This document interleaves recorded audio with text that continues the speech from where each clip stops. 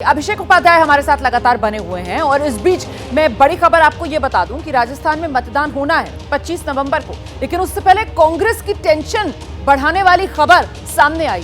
कांग्रेस की पूर्व अध्यक्ष सोनिया गांधी और राहुल गांधी की मुश्किलें बढ़ सकती हैं। ईडी ने नेशनल हेराल्ड केस में एक बड़ा एक्शन लिया है। दरअसल ईडी ने एजेएल और यंग इंडिया की करीब 750 करोड़ रुपए की संपत्ति कुर्क की।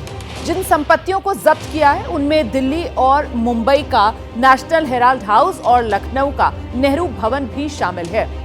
हम सीधे आपको लेकर चलते हैं। अभिषेक उपाध्याय इस वक्त हमारे साथ मौजूद हैं। अभिषेक, चुनाव के बीच एजेएल पर ईडी का ये एक्शन सीधे सियासी रिएक्शन देखने के लिए मिलेगा?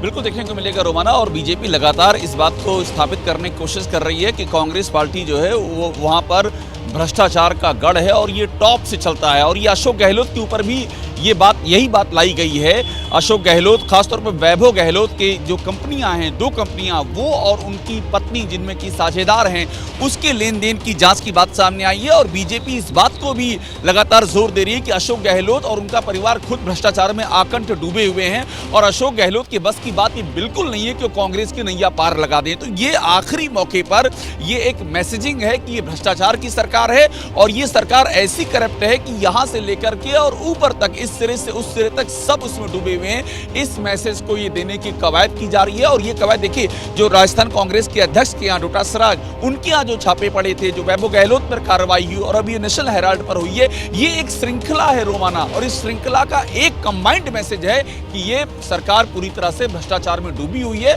और बीजेपी चाहेगी कि ये मैसेज चुनाव के ठीक इस एक्शन बिल्कुल। अब अभिषेक उपाध्याय, दरअसल अब इस एक्शन के बाद, ईडी के इस एक्शन के बाद, ये जो मुद्दा है वो आज राजस्थान के रण में हम देख रहे हैं किस तरीके से दिग्गज आज उतरने वाले हैं। तो उसमें ये चुनावी मुद्दे के तौर पर गरमाता हुआ नजर आएगा। वो भ्रष्टाचार वाला वार जो है वो राजस्थान में अब उसी पर आर पार होगा क्या?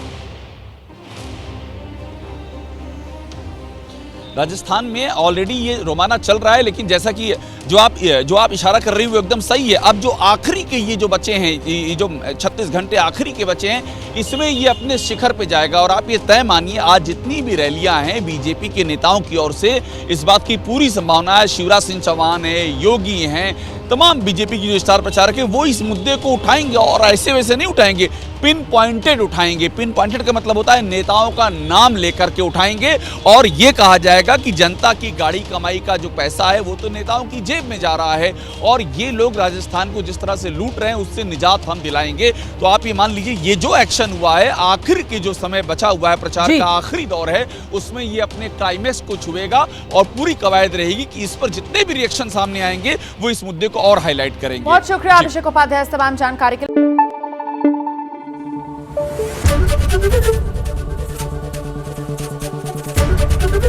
एबीपी न्यूज आपको रखे आगे।